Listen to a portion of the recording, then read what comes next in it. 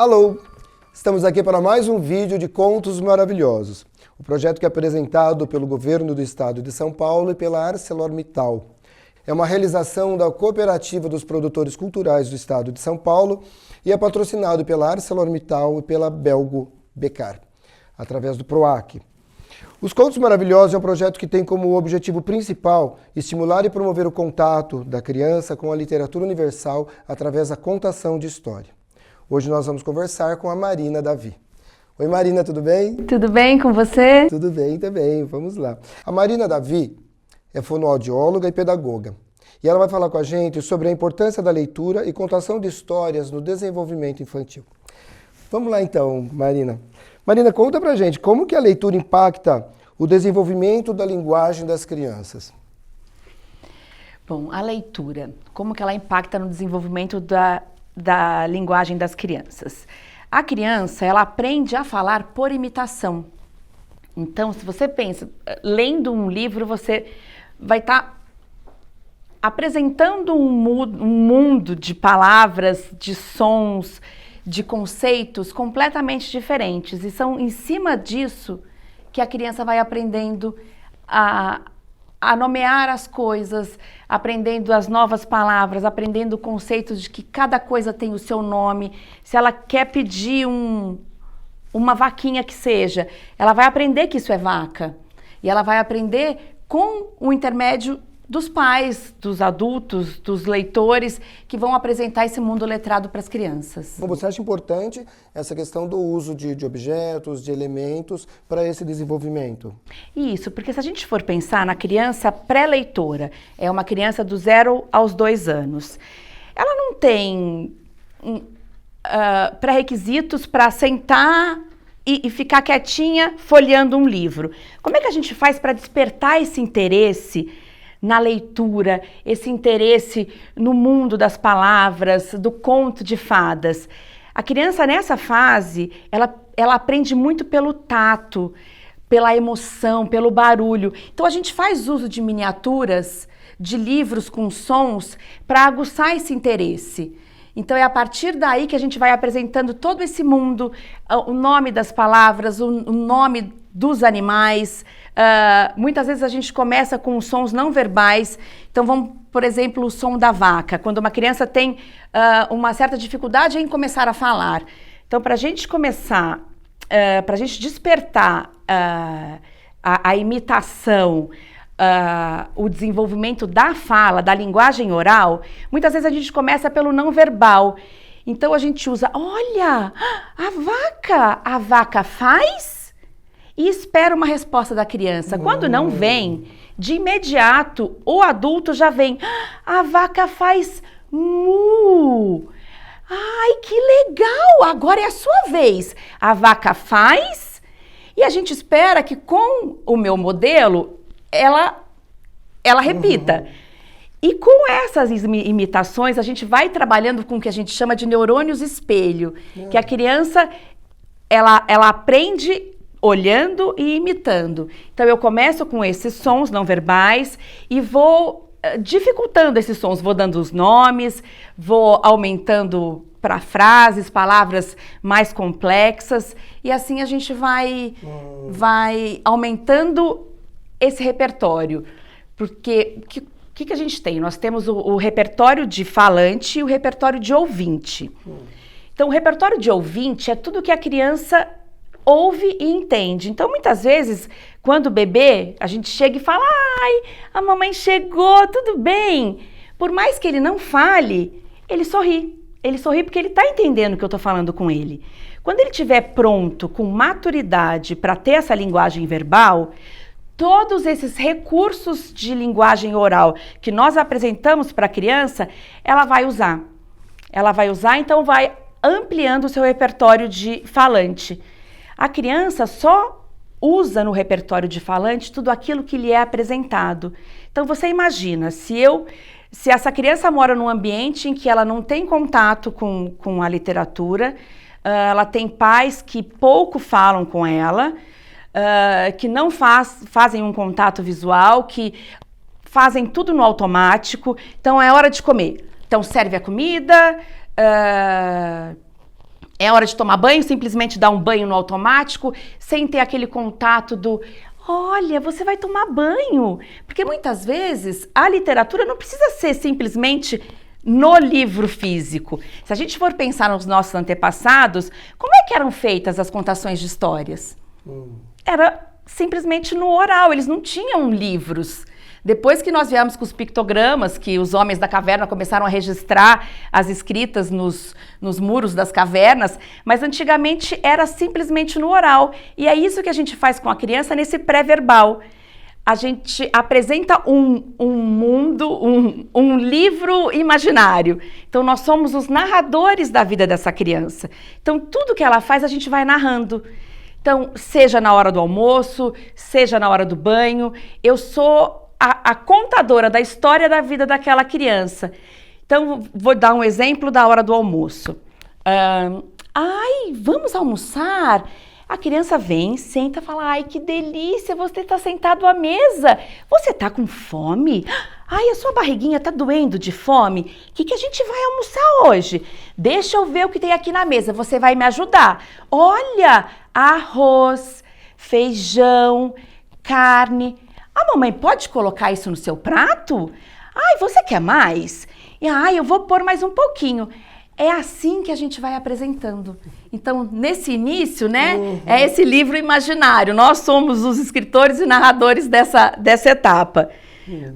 Quando a criança está um pouco mais velha, dos 2 aos 3 anos, ela já sente a necessidade de segurar alguma coisa, de manusear, de folhear. Ela já consegue nomear o mundo ao redor.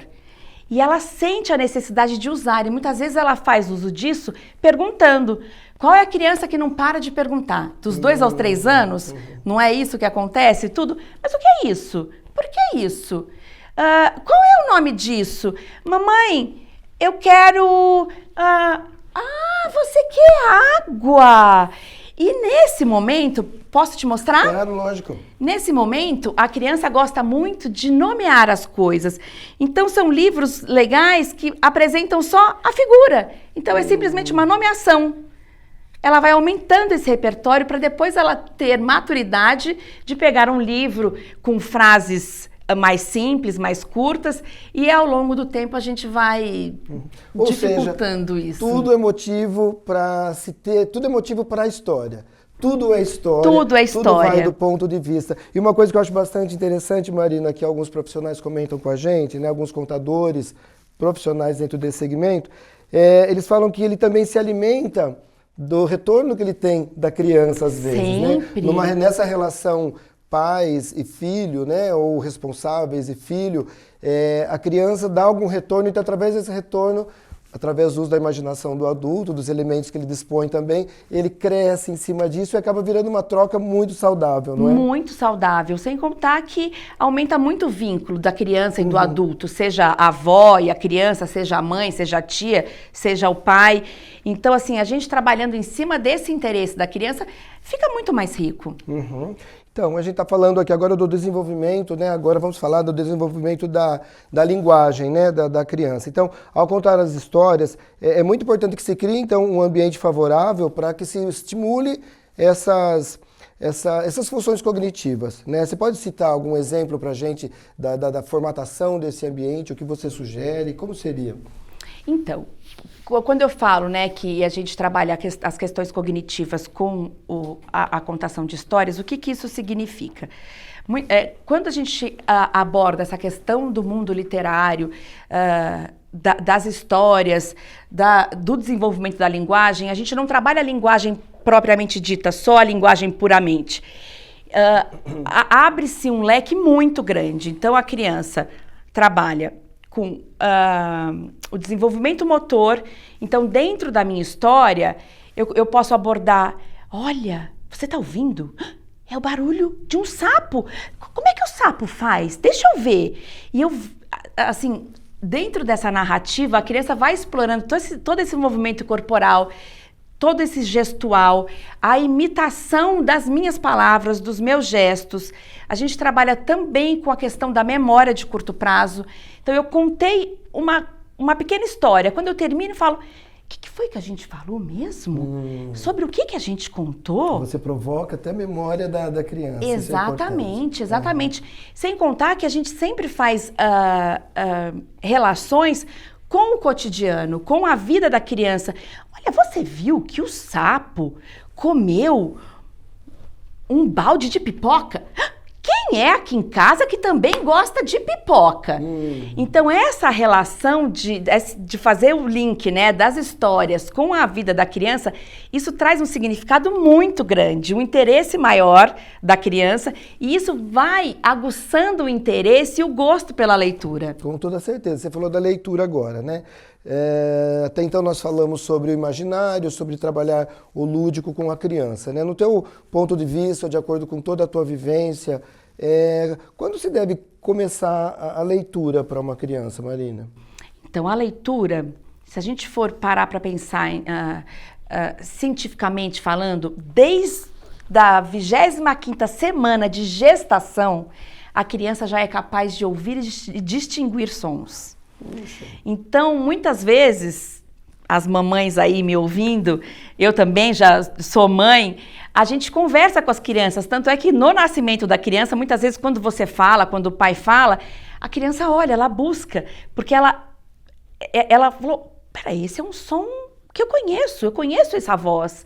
Então, desde a barriga, já é tempo de iniciar a contação de história, de iniciar a leitura para as crianças. Muito bacana. E você pode citar se algum ponto importante para se garantir uma boa leitura para a criança, para transmitir esse conteúdo para ela? Então, tudo depende da nossa faixa etária. Então, assim, as crianças pequenininhas, a leitura tem que ser sempre feita de uma forma mais lúdica, explorando os materiais, dando chance para que ela manuseie, para que ela segure. Se os livros emitirem sons, isso traz um prazer imediato para a criança, um interesse maior.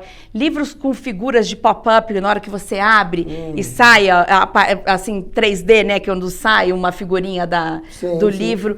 Isso é muito interessante. Isso aguça a vontade da criança ali. Agora, para a gente ter um momento de leitura, a criança com uma postura de estudante, de sentar, de ler, o que nós precisamos?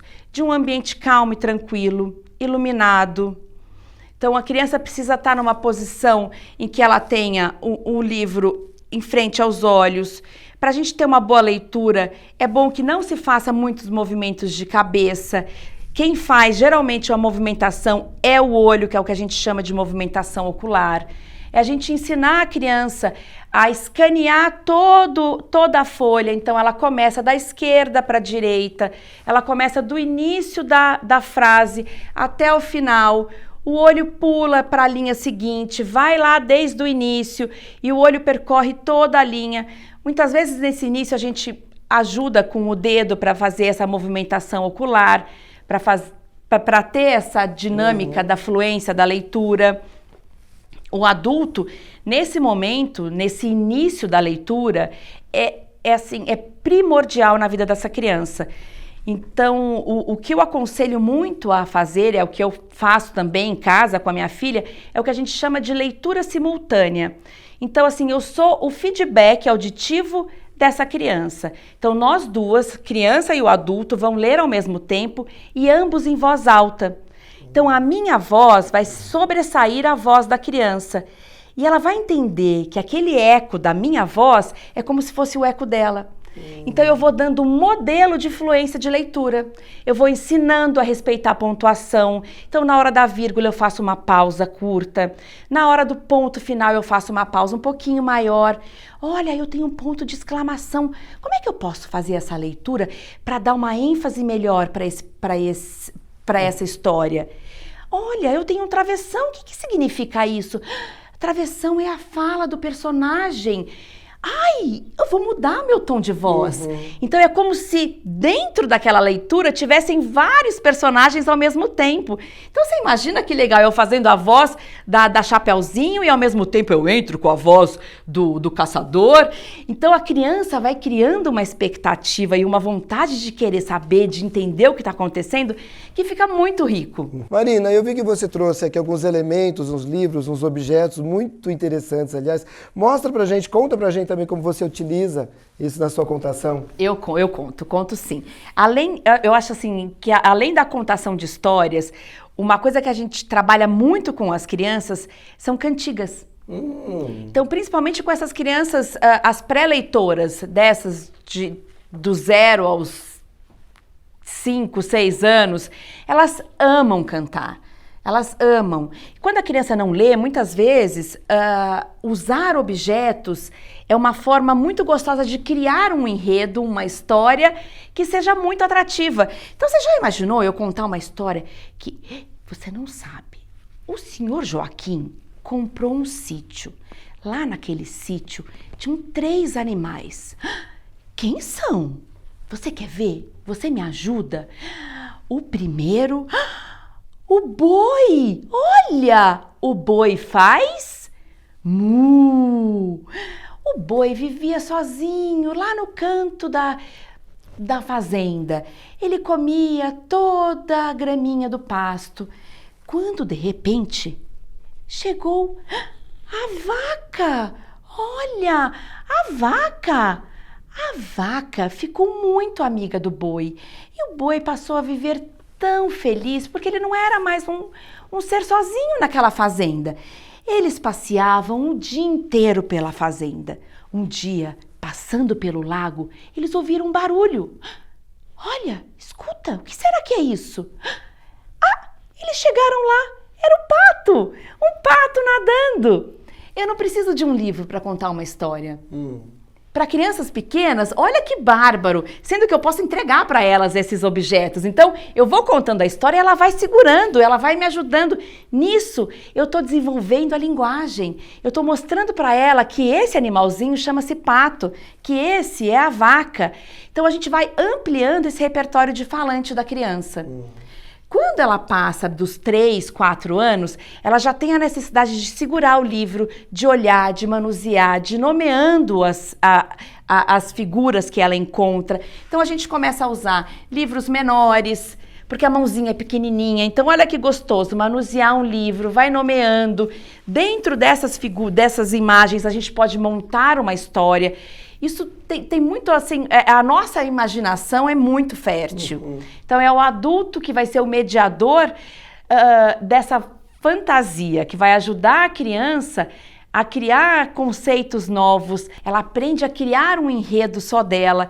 Então, fora dos livros, no seu cotidiano, ela faz a sua própria história. Então, para os pais que querem iniciar a leitura para as crianças, você daria algum conselho, alguma orientação, alguma dica?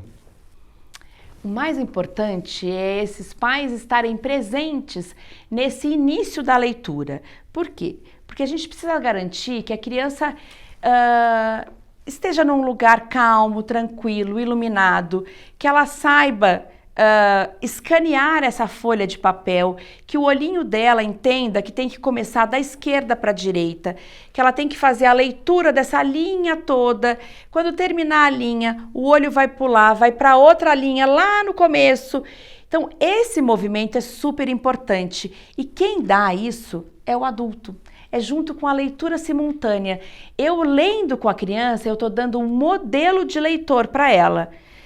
Quando ela começa a ler, a gente já também não pode trabalhar com livros muito elaborados. A criança, ela precisa muito das figuras, de livros coloridos, com frases menores, para que ela sinta-se capaz de ler. Ela vai falar, olha, eu tô lendo. Se você dá um livro cheio de escrita, sem figura nenhuma, não é atrativo nenhum. Então, assim, eu acho que tudo são fases. Lógico que a gente vai chegar nesse leitor crítico, em que ela vai querer, sim, que é o que a gente faz, que são os nossos livros, que muitas vezes não tem nem figuras, não tem gravuras nenhuma, que são só textos, mas ela já chegou nesse ponto dessa leitura. Mas esse caminho é muito importante, a gente saber respeitar a etapa de cada criança. Nossa, muito bom. Marina, agradeço muito a sua presença aqui conosco, agradeço muito você ter compartilhado seu conhecimento conosco e toda a tua experiência. Tá? Poxa, eu que agradeço, é um prazer estar aqui. Muito obrigada pelo convite. Agradeço a presença da Marina Davi e a todos que estão nos acompanhando. Espero que tenham gostado desse conteúdo e não deixe de se inscrever no nosso canal e ativar o sininho e acompanhar os próximos vídeos. Muito obrigado e até a próxima.